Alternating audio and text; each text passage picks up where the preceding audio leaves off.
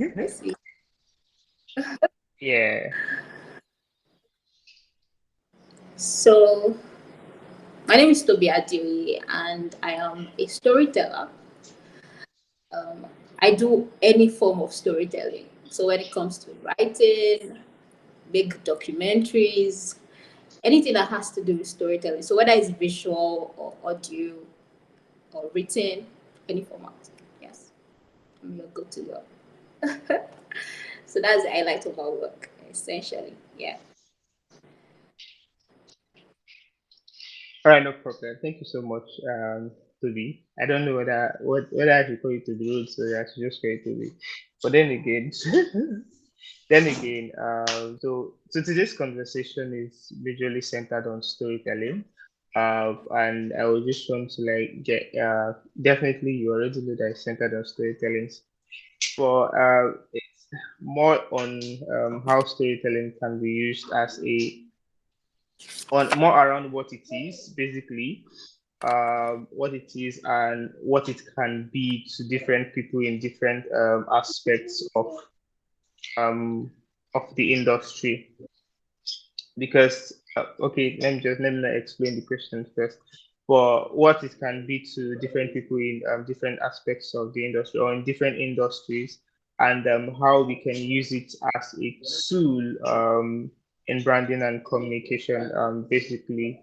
So overall, we just want to get an insight or your insight into how you've been able to use storytelling as a tool for all of the things that you've been able to do up until now, and how you're still using it to like position yourself in the industry. Yeah. So basically, what I want to ask is, so what is storytelling to you? I have I have a sort of a visitor, a little lady. Okay, storytelling is how you communicate ideas to the world. All right, how you communicate any idea to the world. So it cuts across all fields.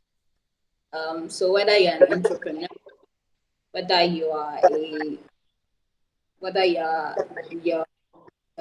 what do you call that now? Yeah, whether you're an entrepreneur, you're a politician, like anything you're doing in this world, you need storytelling. So long it has to do with people, giving value. So storytelling is just it entails storytelling, and I think nowadays there's no need to come to that yet. But I'm just saying that everything you want to do in this world that involves giving value to people, storytelling has to be involved. Yeah, that's like the foundation. Anything. All right. Okay, anything that you want to do, storytelling has to be involved. So, like, what are like the key pillars of storytelling? Like, if you were to say that, okay, these things are what makes storytelling what it is. What are those things that you're gonna like list out? Okay, it entails empathy. Yes, empathy. Okay. um, because most but you can have the best idea in the world, but if you cannot communicate it well to the people that you want to give something to, it, I mean, it's all in your head, honestly. So, so it entails empathy and it entails authenticity. Yes. So empathy is being able to put yourself in somebody else's shoes. So it's not about what you want to put to the world. It's about how are they going to receive it. Does the person really understand what you're saying? I made a tweet some days ago about how storytelling has really impacted me, like the way I see the world. So it makes you understand the other person better, and in understanding the other person better, so it entails psychology as well. So storytelling is it cuts across so many fields, and people look at it and think that, I mean, it's just writing. It's no big deal. It's just writing. But the thing is, let me just tell you the elements that come together to make storytelling what it is. So the fields that I know, you use psychology, use language. Yeah, psychology, language. What else? Just consumer behavior is psychology. But then you need language, you need psychology, then you need understanding of any field. It's just like it's a tool. You know the way you see tech. You know, tech is a tool. It's a tool to communicate something, to bring something to life.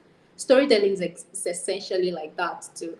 So it's like you giving substance to something. So it's cool to put something out into the world. That's what storytelling is. And it is super important, like super important to understand yourself. So the thing is, it differs.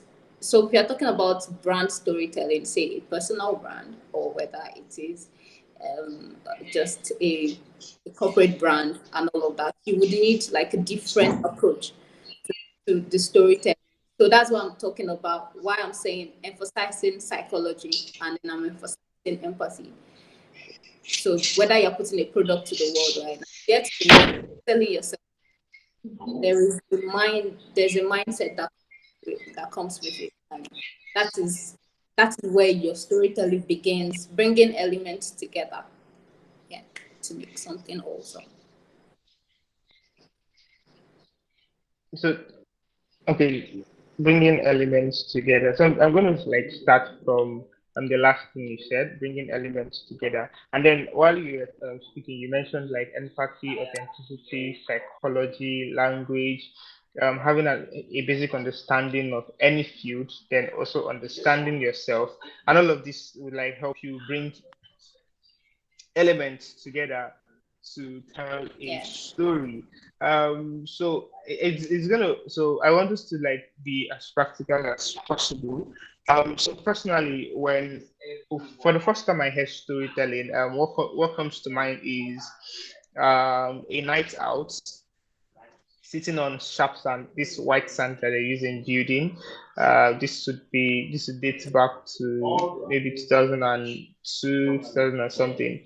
But we are usually outside under the moonlight and we are sitting down and then there's a mat and then someone comes and says story.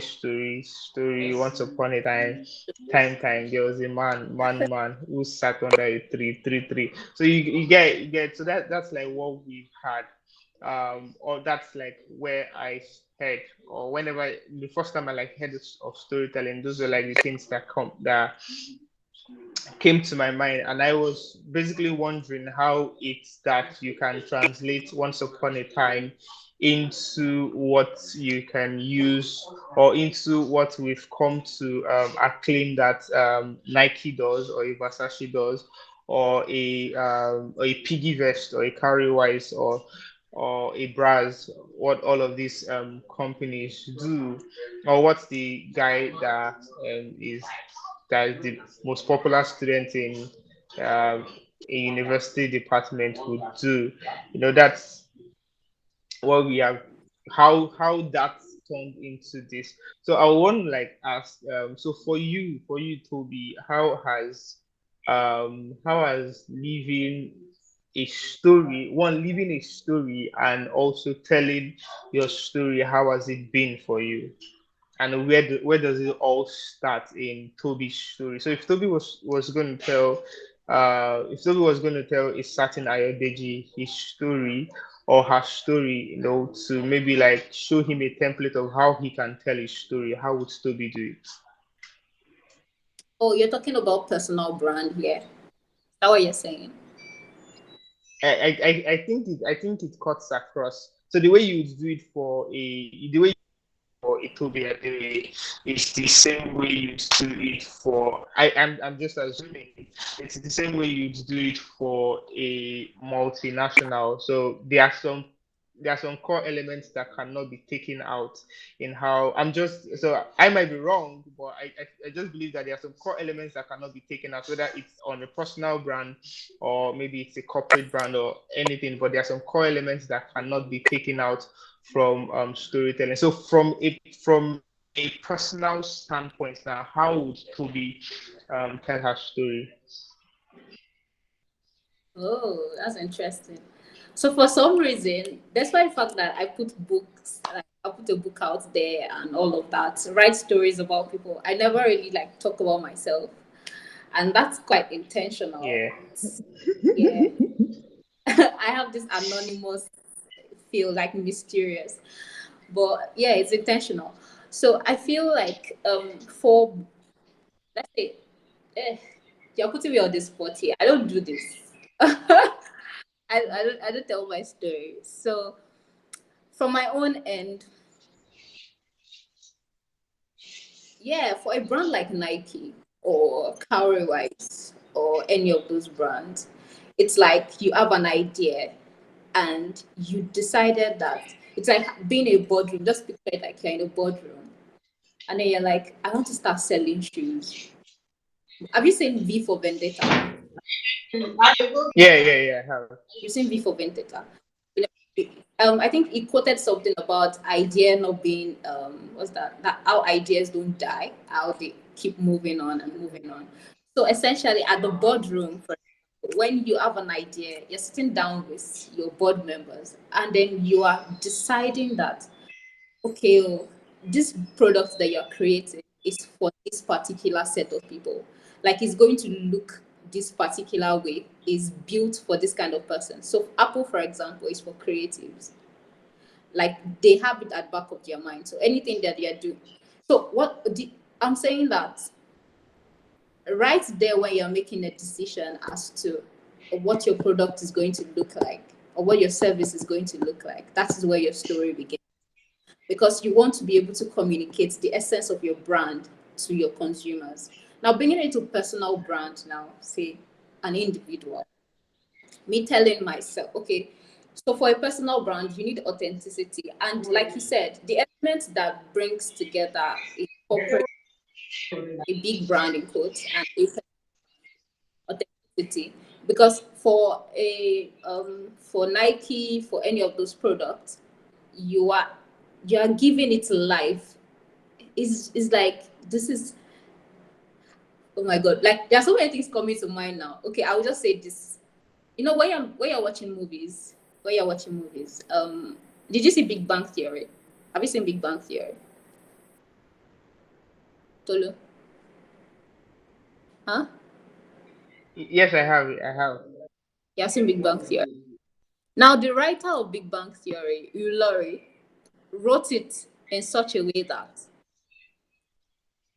I mean, this is just fiction, all right? But if you were put in a particular situation, like something happens, scenario, you can tell exactly what, what's the name of that guy? Sheldon is going to do. Sheldon. Yeah. Yes. So, like, that's the power of storytelling, that, right? Do you understand? Like, so it is being able to create an idea, give it an identity, a form, and be able to communicate it to the world such that another person can communicate well, can relate well with it. So it's that same element that you draw and bring it to a personal brand.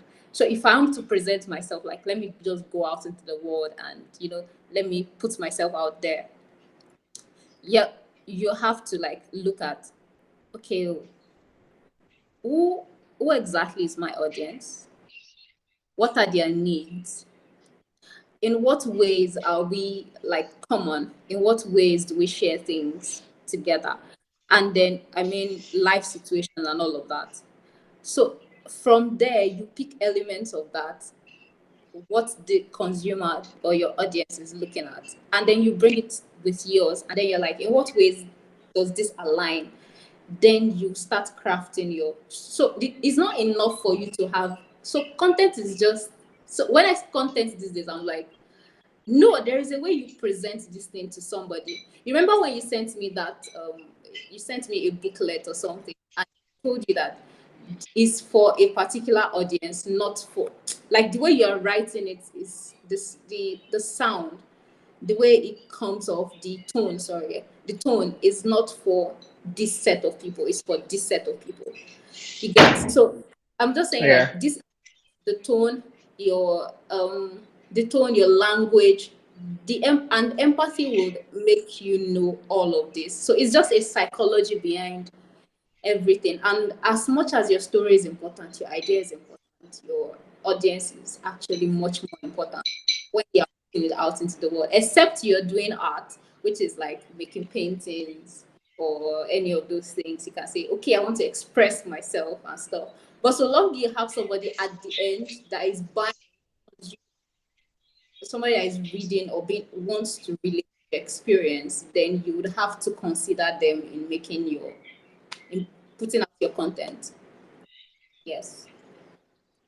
Okay, I know I did not but say this doesn't about that myself. You I get I my know point. I know I know, but doesn't that take away the authenticity in itself? Because let's say I want to sell to you, so I get to understand what you like, I get to understand what you don't like. I get to know where you stay and where you don't stay, where you vibe and where you don't vibe, and then I package myself to appear appealing to you or to appear interesting to you. Have I not lost my sense of authenticity in that way? So wouldn't it have been better? So this is a question on the you have to like consider your audience before you craft your story or before you tell your story. So wouldn't it have been better for me to express myself just as real and as authentic as I can, and anybody and quote and unquote wish and hope that the people that relate or can would be able to communicate at this level are going to the story is going to reach them, just like our Tales by the Moonlight. Then nobody really considers that, or maybe they do, but nobody really considers that, oh, this person likes tortoise or maybe this person likes the fox. They just know that we are under the moonlight. It's a perfect atmosphere to tell an old African tale, and they'll just go story, story, story. So, and then it's as and then because if you look around, or if you had listened to various stories, or you'd get to hear different versions of the same story. Because one thing it was peculiar. The person telling the story expressed the story the way the story had resonated with them, irrespective of the person that was listening. Yes, definitely they considered whether the person would be able to understand, hence they used smaller languages that we were able to relate with as children. But then again, the question actually is, so in packaging my story to appeal to my audience, do I not lose my sense of authenticity that way? Okay. So the thing is, there is an art to storytelling, and as much as you want to Hmm. be authentic, as much as you want to be authentic, there is a way you can be authentic and not be able to pass across your information. Do you get? Mhm. It's something, and there are many people. There are many people on that lane where they have a story, but they don't know how to present it to the world. There are so many people. There are so many people. So I was just there with one of my friends of, and he was telling me about a particular guy that has influence. You get, like, I mean, has so many people contact and all of that, but it does not have content to put out. I know it's crazy, but it actually happens. Like, he has so many people, content and all of that, but then it doesn't have content to put out. There is no story to put out. Now the thing is, while you may have a story to tell, it does not understand the art of storytelling. So now you can be authentic. So authenticity comes with, you have to marry authenticity with the art of storytelling itself. And that is why it is a discipline in itself. It's not something that you would have to learn it. If it's just about authenticity, then I mean, you wouldn't need to learn how to write, how to present yourself well to the world, how to.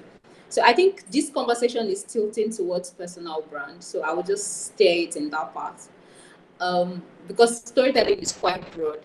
So let's just pin it at that personal brand. So the there is a goal towards there is a So when you're telling a story, you have a goal. So when you open your Instagram account, you have a goal. So your Instagram account, you don't have a goal. You just decided to join them. Eh? It was first by Janisha, but Okay, what about now? Tell me about now. Now, what do now, now the goal is usually to more or less it's also to like express myself and be let it be one of the platforms where I get to communicate value to my audience. I think. Okay, let me ask you a question. Is Do you think it's actually Ha. possible? Hold on. Let me ask you a question. Yeah. So how feasible is it that you can be able to tell everything about yourself on on your Instagram page? Yeah, that's very very. It's not feasible. Let's say 20% or 30%. Exactly. So the thing is, as much as you want to be authentic, you have to curate your lifestyle to an extent on social media. So as much as storytelling is a tool, like storytelling is a tool, like text is a tool. Do you get? And you will have to see it that way.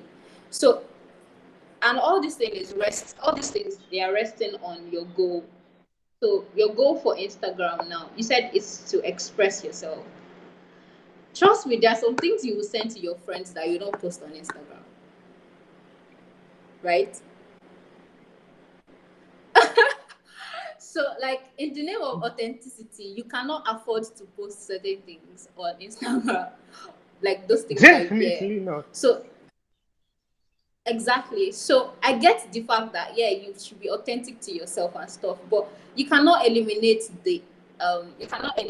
curation from your content when you are doing storytelling, especially in our world now. So for TikTok or for Instagram or for Twitter and all of that, you pick certain things, you pick certain aspects of your life to dish out whatever it is you want to put out, like in form of value.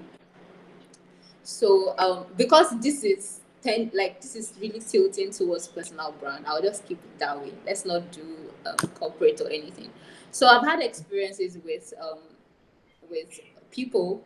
Okay, so I worked with a finance brand earlier on, and this year, yeah, that's pretty fresh. Okay, so and he he had this.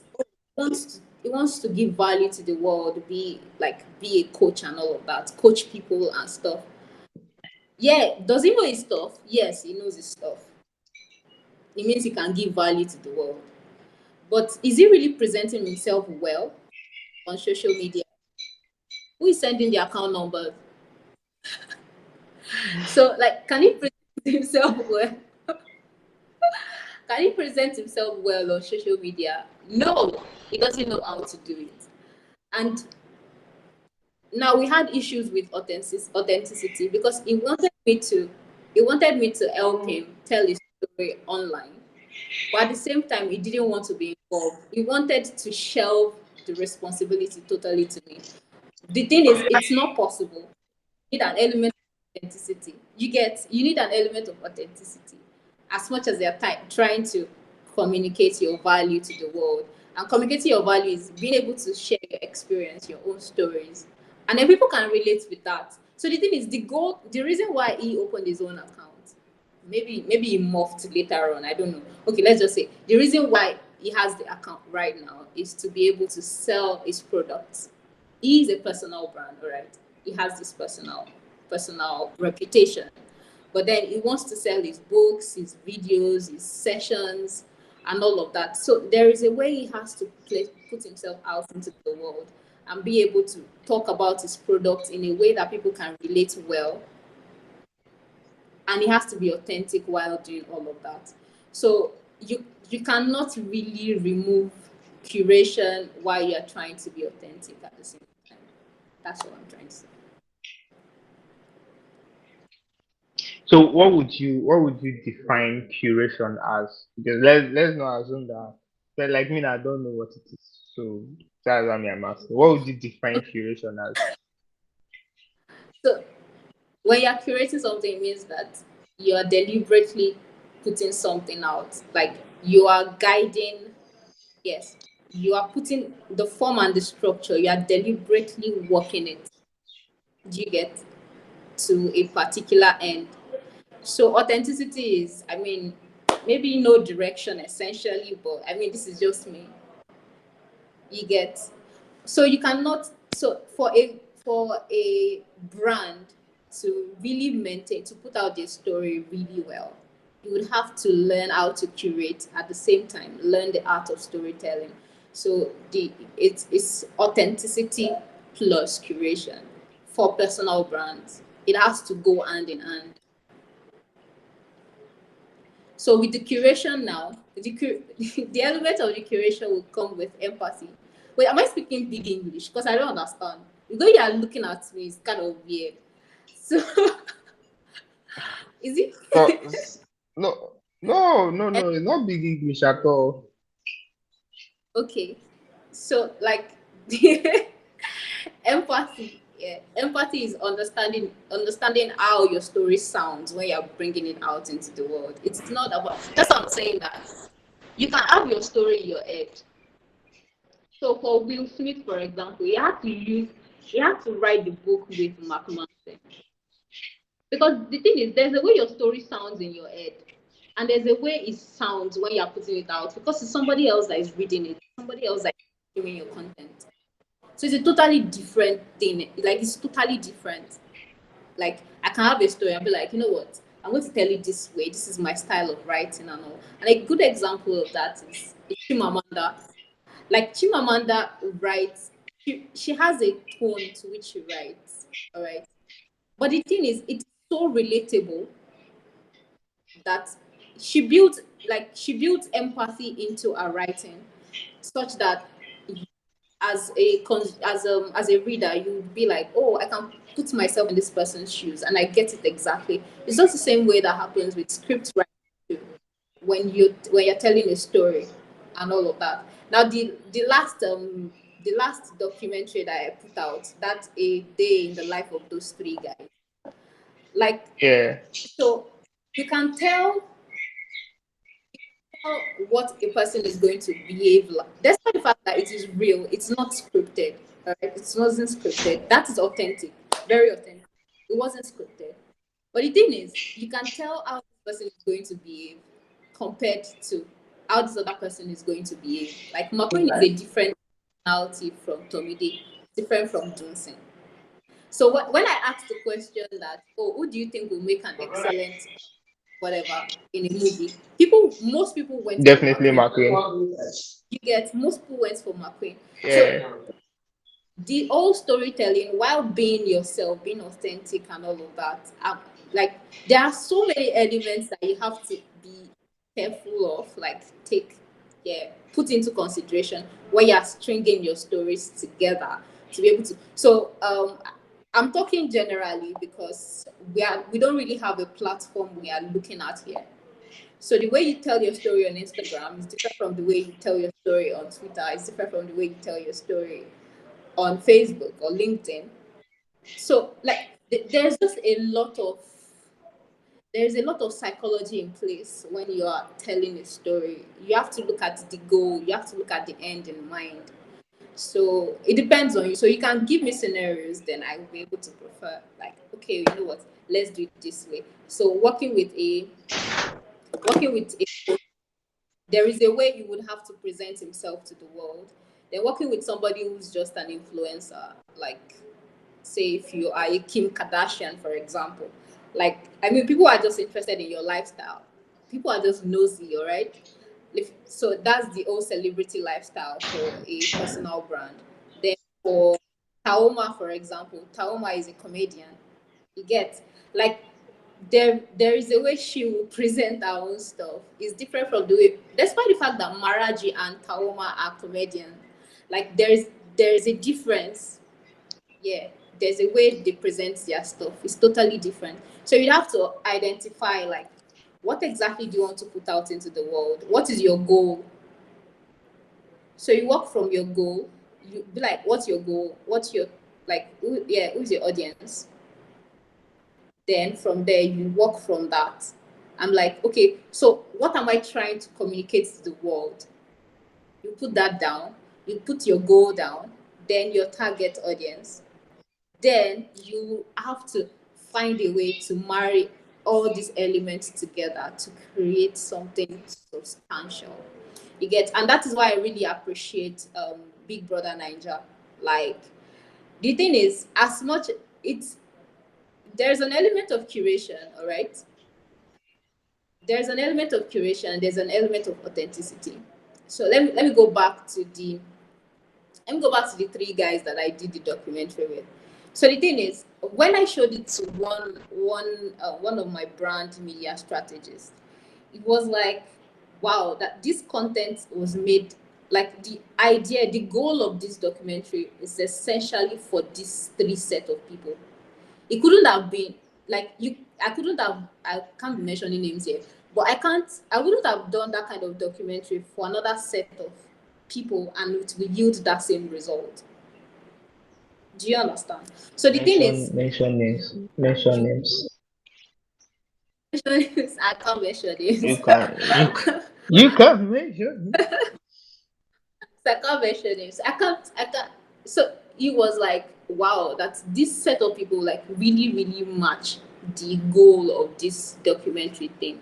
So that back to Big Brother Ninja, like you're looking at Nigeria, for example, and people that are going to be watching BBN.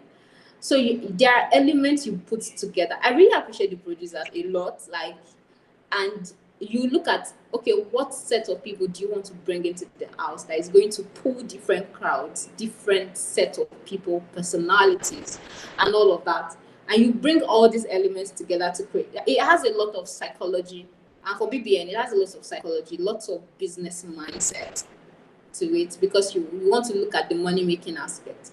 And the money making aspect is if you're genuinely interested in the storytelling behind the brand itself, because the reality show is a brand itself.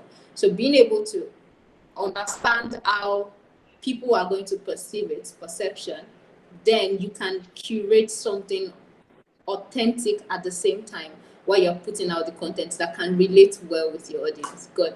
I just hope I'm making sense, because the way you're looking at me, Tolu.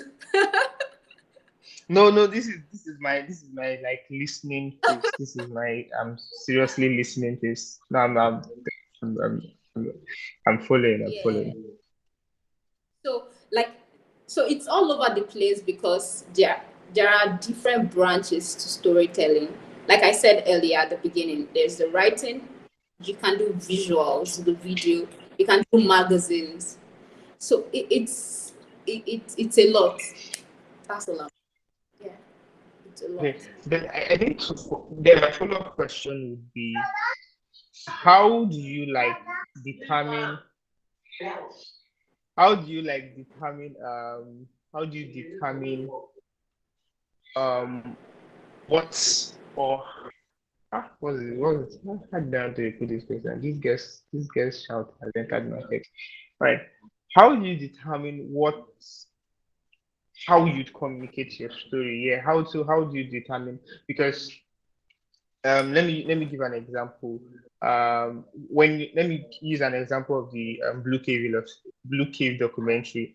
Now, when you wanted to put out and you wanted to like announce the documentary, there's a way you did it, taking snippets of the overall movie, overall documentary, and putting it out there and creating maybe like this kind of tension in the audience, or a kind of pricking people's interest. And then they are people that have already they already have people that like follow them. So they already have people that follow them and actually really really interested in how they live their life.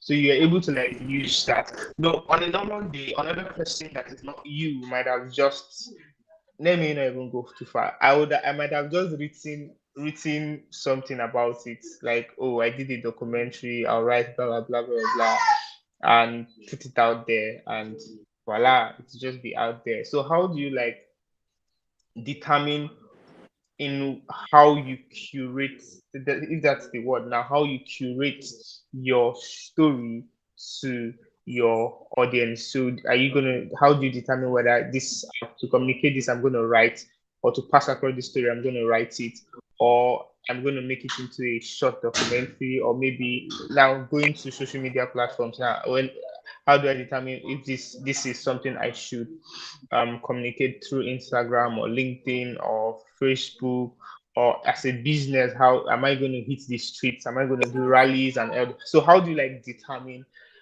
in what formats you would tell your story? Yeah, if that makes sense. Okay.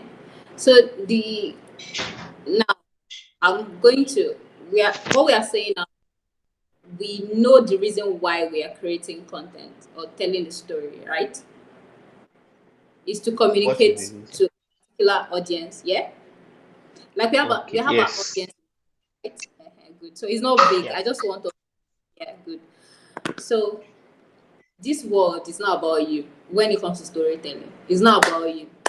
As much as it's your story, it's not about you. You just have to accept that, especially when you need like you want people to consume your content.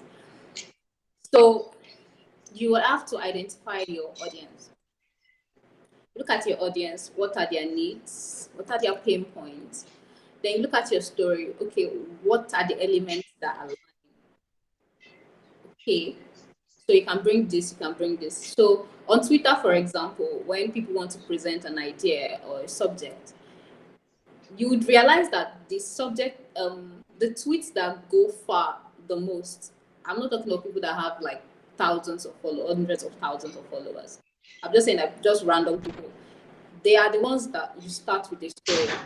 People can relate well with, and then they slot in their idea. That is why Sayo Bloom is actually a very good storyteller.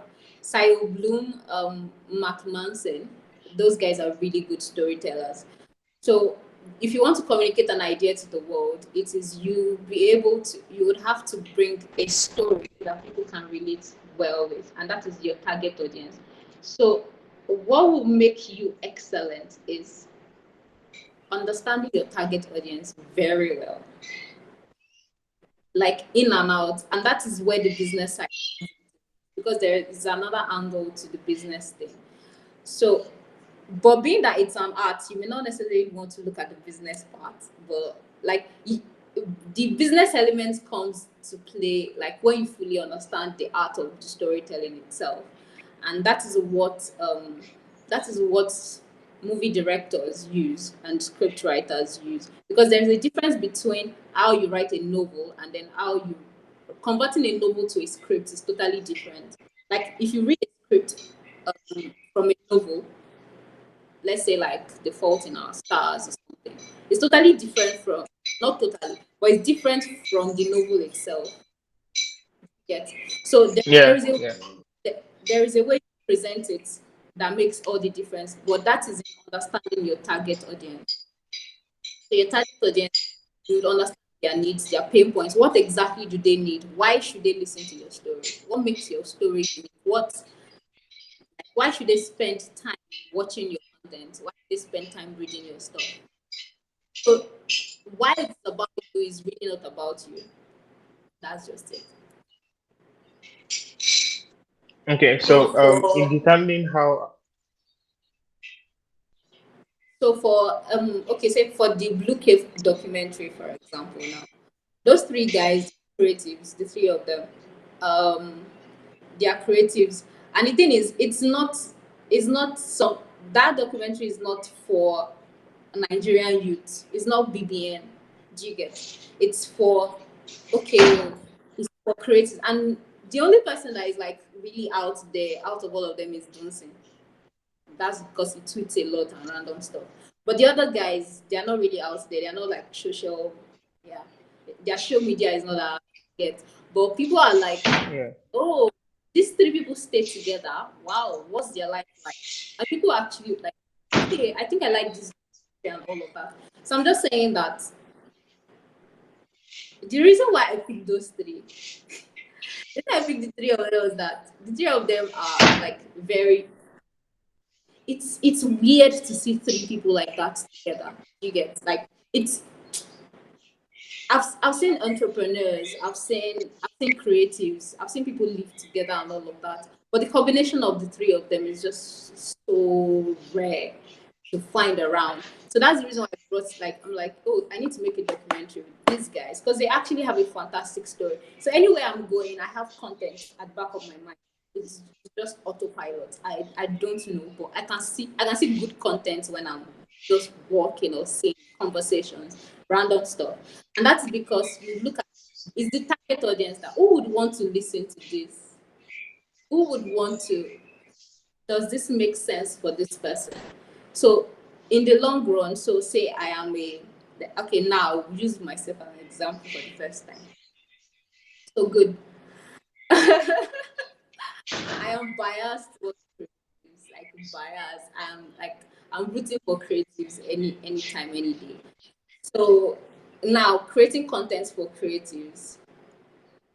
I've been there, like being a creative. I know the pain. I know what it means to be a creative. So I'm not creating the content to feel good about myself. So if I'm putting out value into the world, is because I can imagine myself being that person like 2 years ago, 4 years ago, 10 years ago, and I can draw from that experience and be able to relate my story, yeah, and be able to tell them that, okay, you know what, this is the value I'm bringing from my experience. So but if a person does not have an experience in that particular scenario, the best thing you can do is understand your audience very well, probably by interviewing people, and it needs a lot of empathy to be able to do that. So say you, for example, you decided to, like, say today you just woke up and you're like, you know what? I want to start I want to start selling skincare products. I mean, I don't know what cream you use, but I'm just saying that I don't think you're that big on skincare products. But or are you? I'm not. Exactly. So say you just woke up, say you're a business guy, you're like, ah, I think skincare products, there's a lot of money in it. I should start a line in that. And then you're like, yeah, you know what, let's start making skincare products. But I want it to be like a personal brand thing. So you go all out there and like, what skincare products can I, then you make a formula. You have a bottle of your own skincare product. But you want to sell that product, like selling yourself as the brand, you get with the product. You understand? Like you are the face of your brand, your skincare product. So you want to sell that. Yeah. So what that would do is that, one, you really do not have the experience. Do you get? You do not Yeah, I'm have with the you. starting out. So your best bet is to use that. Like, okay, this is the product that I'm using. Ah, but how do I sell this story? You would have to understand your target audience. The I mean, you know the way they say that, oh, guys just wake up and then they use the towel on their face and then they're all good, and girls have to do all sorts of stuff to maintain the facial, yeah, to look good and all of that. But being that you do not have the experience, you would have to probably interview a lady or somebody that has had skincare problems, and then they'll tell you their Mm-hmm. story. Okay, how this happens and how that happened. Then you bring it all together because you do not have a clue. You don't understand your target audience. So in interviewing, in asking questions, then you know why. Then you're like, okay, these are the problems that this person faces. My target audience. These are the stuff. These are the pain points. Then you'll be able to bring your story, your brand out of that, like into that. So what I'm saying is, know your target audience. You know your target audience, you'll be able to bring anything to the world. That's what I'm saying. All right. Thank you. Thank you. Makes sense. So basically, how we like move on to like tell the story is based on who we are telling the story to, right? Um, Yeah. it reminds me of a caricature I saw once, where it was a caricature of a crocodile telling a joke, and he told the joke and he was laughing hilariously, but everybody was looking at him. So at the end of the day, he asked why nobody laughed. So it turns out that he was in an Italian bar and he spoke English. Oh. So the joke was totally funny in English, but because he was in an Italian bar, every other person in the bar was just looking at him. I was like, what's this guy saying and why is he just laughing uncontrollably there? So the people he told the joke to, or the people the people he told the joke to, because it was more like a stand-up comedy thing, they couldn't relate because they were all Italians and he was speaking English and he came and he told an English joke and he came and he told an English joke and he got his joke. He was laughing, but then again, the people that he told the joke to were not laughing. So it's basically that, right? This is like what you're trying to say, that for anything that we're going to put out there, for um the stories that we're going to tell, we should Yeah. consider who we are telling it to. So I have one final question. It just came to my head. So a lot of us are really trying to like figure out a lot of things.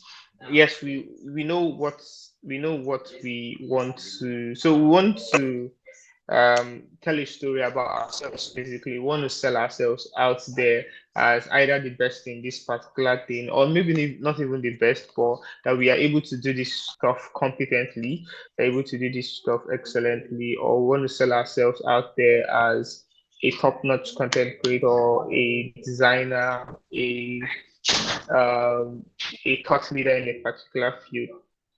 I know sometimes it's really so, and sometimes all we know is what we want to tell, what the stories we want to tell, the things that we want to communicate. We necessarily do not have knowledge of who we should be telling the story to. So, in that sense, in a sense where you do not yet have a grasp of your audience, what do you advise? So, not tell do we not say anything till we know who we are actually telling it to, or we should just keep telling the story until we find that audience? Do you get my question? Okay. Yes, I do. Okay, so the thing is, it's fine not to know what you're doing, but you have this, oh, I think I like telling stories. But then you don't really like, you don't know the end. You just know that, okay, I just like telling stories. So before okay, so there's an exploration phase, all right? And that exploration phase, that So, is, it is okay not Toby, to, Toby, Toby, wait. You yeah. wanted to use yourself as an example. Use yourself as an example, please. Okay, so I will still use myself as an example. Okay, so there's an exploration phase. So the thing is, while starting out, before back in the days, because I was like, okay, I'm still a science. I love science, fine, but I'm just saying, I love writing. I used to paint scenarios in my mind. I love movies and all of that script. And if a movie is really great, I'll go check the script. It is that interesting to me. And Like you so did I for would write. Malcolm and Mary. What did you say? I said like you did for Malcolm and Mary. Yeah, like I did for Malcolm and Mary. I really like the script.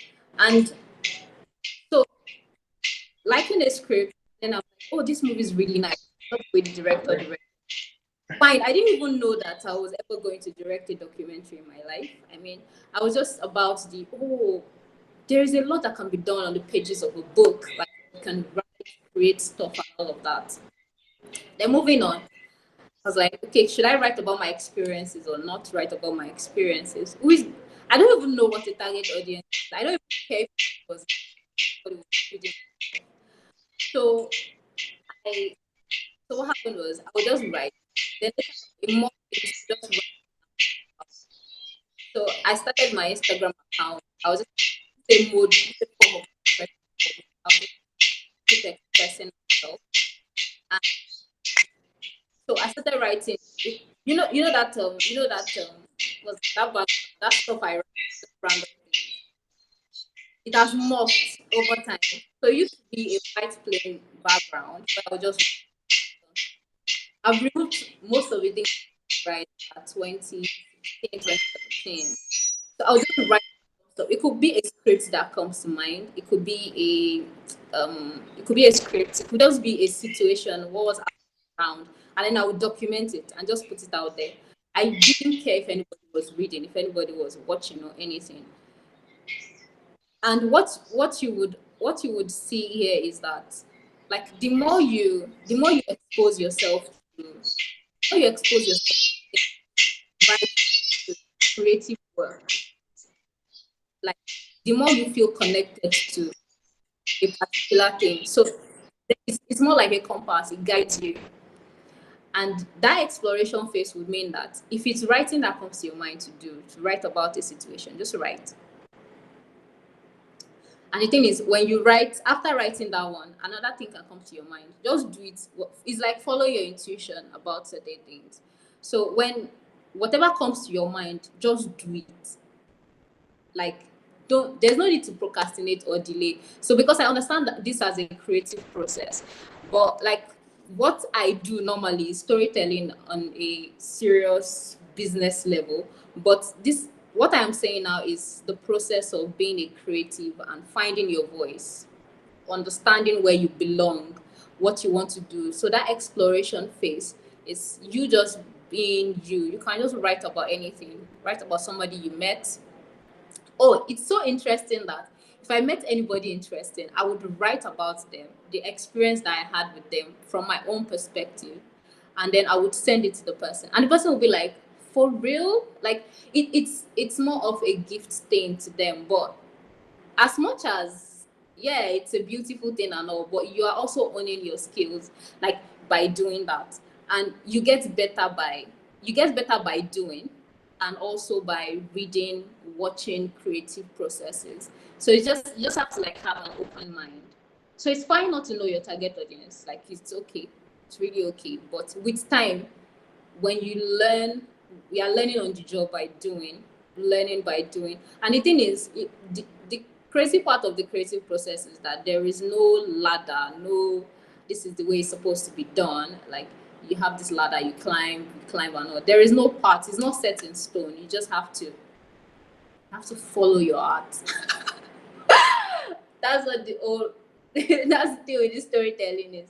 You have to follow your art, but you have to use your common sense at the same time, because you need to make money in this life. I'm just saying. So that's that.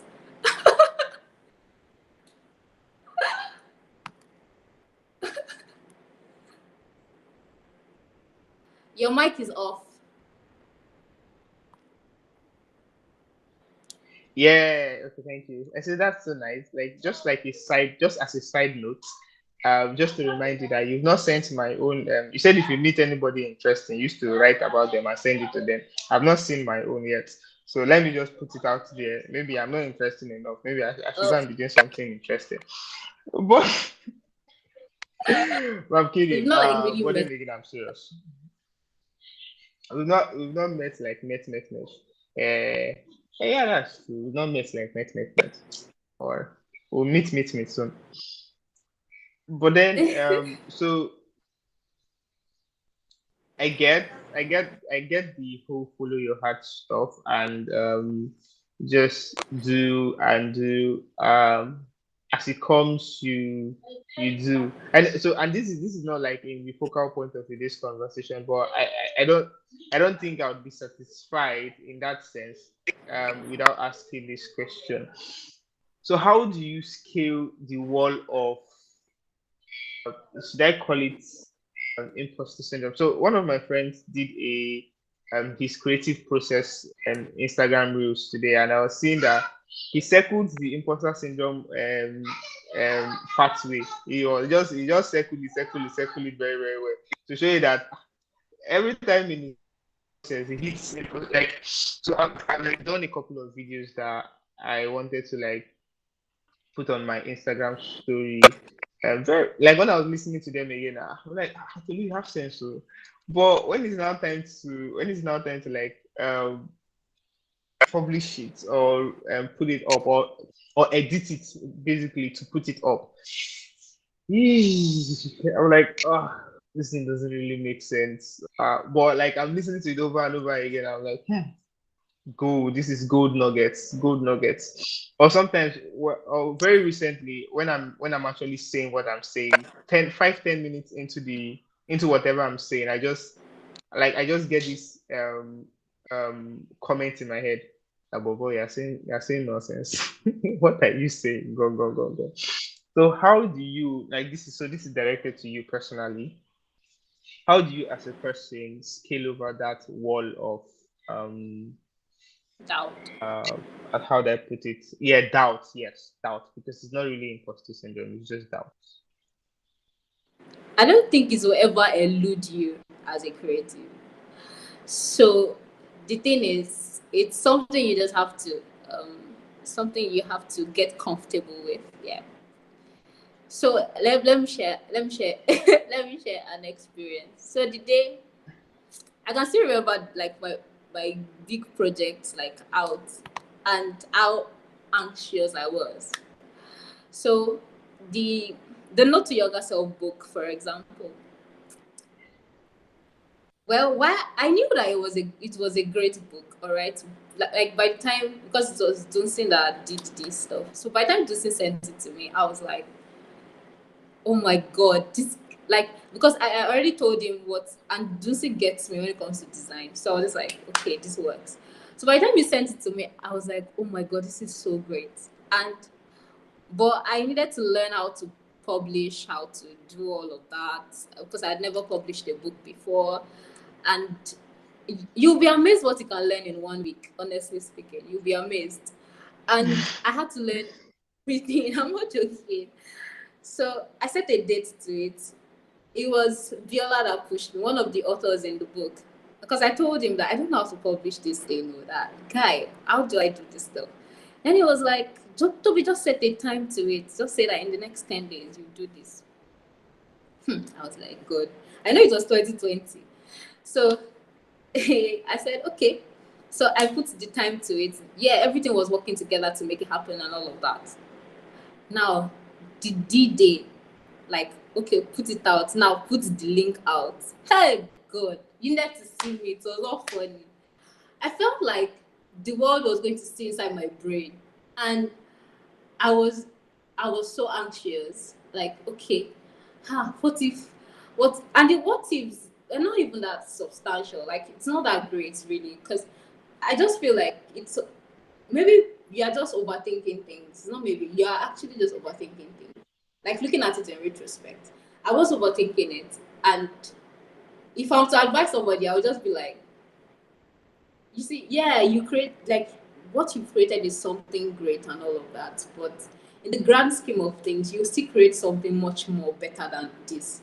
So just put it out and see what will happen. Just put it out. But anyway, I crossed that hurdle and then I put it out. And when I got the response and all of that, I was like, oh, this is amazing. Now moving on to the documentary day. That was last month, yeah. Okay.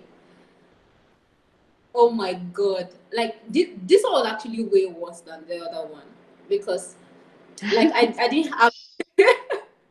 Yes, this one was way worse than that one.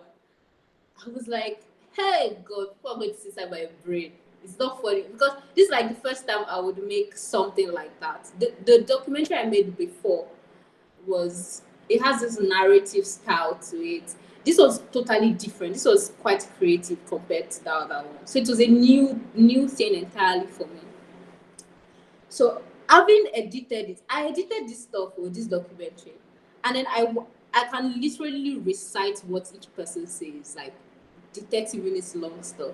Like I edited because I did the cuts, all right. And when it was time to put it out, I was just nervous. I just felt like the world was going to look at me, the world was going to enter inside my brain and all of that. Then so when I put it up in the night on YouTube that okay, this is the launch date and all of that. Then the guys, yeah, so the guys, one of the guys messaged me, said, Tobi, hey God, that Tobi, I'm anxious and all of that. That Tobi, are you sure? Because nobody saw it before I put it out. So they're like, Because I feel the guy that spoke is comedian. what did you say? And I feel the person that called you and told you that his answer is Tomide, right? You'll be amazed. It was Dunsin. It was Dunsin that was anxious. Yeah, Tommy was anxious. Tommy was like, "Hey, God," like because of people saying that his mommy was not sleep. Of course, his mommy did not sleep. But then it's like, "Hey, Tommy, what did I say? Are you sure? Are you sure I should put this thing out? Are you sure?" But I was just like, "Don't worry. Like, I cut out the parts I'm supposed to cut out. Yeah, the part that I should not see the world, like the world should not see. I cut them out. But yeah, you're good." So, but mine was my own anxiety came from, hey God, people are going to see what's inside this documentary, what I created. Did I edit it well? Did I cut it right and all of that? And then my video guy was like, that don't worry, that this is good. We did something great and all of that. So after the launch, I had to message them that, hey guys, because they had this launch party, like this is it launch this preview party and all, and then Yeah. premiere party, yeah. And then they had their friends around, and then their friends came to watch the documentary that myself and Mark Bass made. Hey God, I was like, people are watching this thing at this time. You know, it's a crazy thing when it's just you just release it. Anybody can watch it at any time, but you can see the number of people watching it at the same time. It was really crazy. But then I was like, well, digit is done. So we're watching it together, and then I crossed my fingers all through. I was nervous for like 1 hour before the premiere, and I was nervous even after. That even I switched off my phone. Like, okay, I'm not going to receive anything from anybody. It was my friend. I was like, Tupi, it's actually good. It's great and all of that. And I got responses after. So I'm just saying in the next, so I have a project at hand now too, and then I'm looking at it being better than this one that I just made. You get that I just released. So I feel like in the end you realize that it's just all in your head, and once you put it out, it makes you whatever you put out. Just know that it's better than the other one that you did before, and you just get better by putting it out. And once you put it out, you just get better by doing better. So there is no way to improve than failure and risk. And because and creatives should not be risk averse. Like because what you are doing is risky actually, because you're putting your brainchild into the world with every design you make, with every write up you do, you're putting it out into the world, the reels that you make. And then you look at especially when you put out reels or your post on Instagram, and then you're like, hey, 15 people have liked this, 15 people have viewed this, but no one person liked it. Like it's a real struggle, fine, but just know that while you're making the content, especially if it's not to an end, that is a goal, that is going to convert. You get like when it's not like it's an ad that you're creating, when it is just something that you're just expressing yourself, just put it out.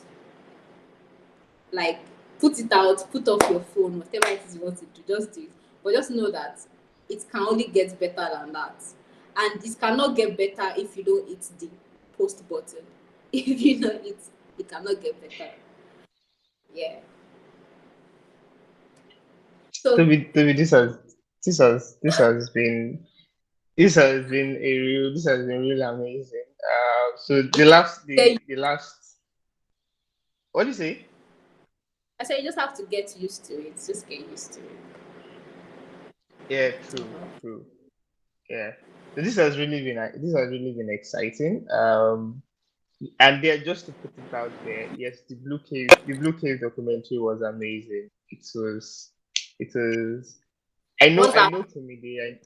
The documentary, it's amazing. Like it was Okay. amazing, or it is amazing. I know Tomide. I know McQueen. Didn't see not so much, but like getting to see Okay. that side of them, yeah, I'd seen Tomide's party side. I've had an open-minded conversation with McQueen also. Amazing guys, but seeing that side of them, it's a real privilege, and you're the one that made it possible. So thank you. Thank you. It's past two. It's past two, and we should have concluded this conversation. However, I want to leave the floor open for a bit for anybody that has questions. Um, Okay.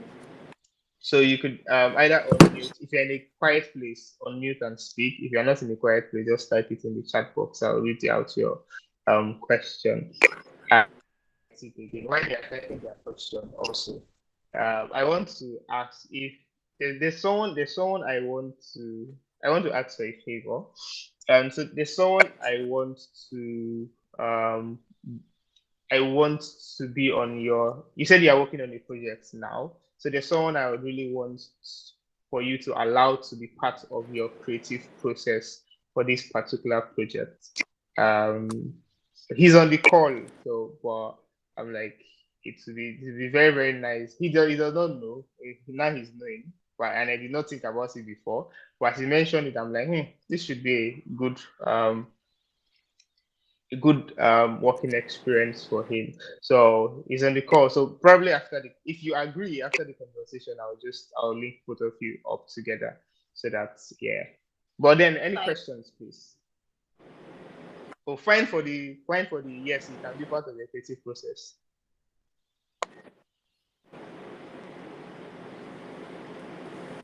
Oh, Ah, thank you, Ayodeji.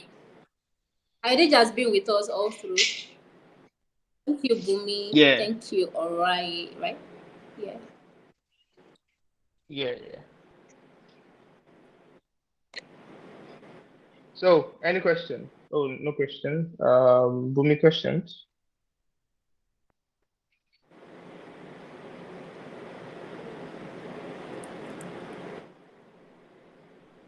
Okay, okay. Did you have the question? Hello. Hi, Toby. So my question is this, yes. How do you? I know you said for a story to be good, yeah, it has to be empathic and it has to be authentic.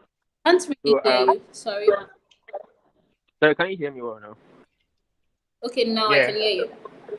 All right. So, you said for a story to be good, it has to be empathic and it has to be authentic. So, Yeah. what what is in the bid to be authentic? Yes. At that point when you're speaking about authenticity, yeah, it actually it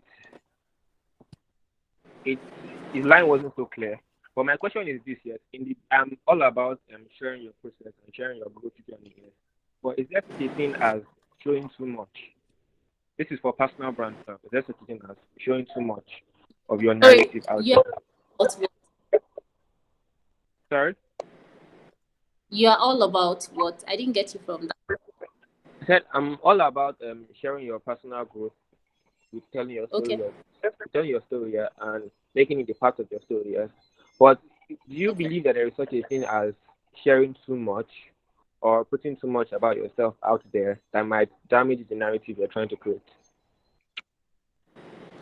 Hmm. In do you believe less is more for personal brands? For personal brand.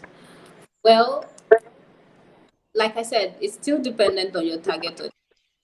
So the thing is, as much as you want to be authentic, so there there's something called emotional maturity, and you would have to employ that when you're dealing with people.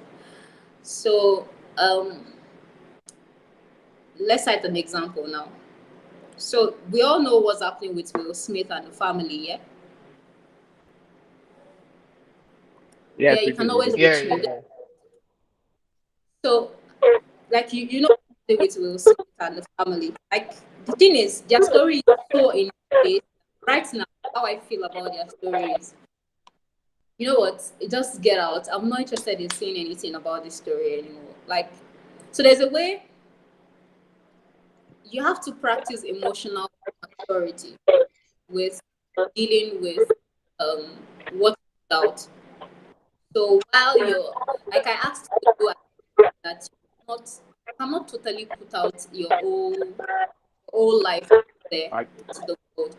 So the thing is, while you're being authentic, you have to curate what you put out there, and just know that people are consuming stuff. And yeah, you can have fans and all of that, but ultimately, you're the only one that really has your back, and probably your loved ones. So these people are strangers that are buying into a story you're telling, into an idea that you're putting out into the world. So you have to put boundaries, find a way to put boundaries. So you would have to know what is too much to share, what is just enough to share. You'll be the one to decide that. But yes, there is oversharing, of course. Thank you very much. You answered my question. I'm really grateful. Right. Toby, thank you so much. Is there a way to reach Toby if I have a question later on? Yeah, definitely. I can, if she permits, I can share her number or her email address with you. Uh, yeah. So either one of the two, or you can just go to Instagram and she will answer you on Instagram, hopefully. Yeah, I'm Yeah. very friendly. I will answer you on Instagram. Yeah. So you can reach her on Instagram. So Toby, thank you so much. Thank you so much for this rare privilege. So it's the last of random conversations for this year. I want to go and collate my life and and put together something. So I'll upload it on YouTube and I'll share you the link and all of that. But thank you so much for It's this. a It has honor been to be a here. really it's you're hyping me again. You're hyping me. But then again, it's amazing. I learned a lot. This is a video. This is a video I'm going back to watch again. And so thank you so much. So we're done. Yeah, Okay. thank you too. It's a honor to be here. Thank you so much. Yeah. And I hope to meet these other people, to meet Precious, Ayodeji, and yeah, I think those are the three. Booming. Yes. Okay. Okay, no problem. So I'll connect you and IODG together. IODG was the person I was talking about, so I'll connect both of you together after the conversation. So I'm Bumi too. Yeah. Yeah. I'm Bumi too. Yeah. Thank you so much. I really Okay. appreciate this. Bye. All right. Thank you. Bye.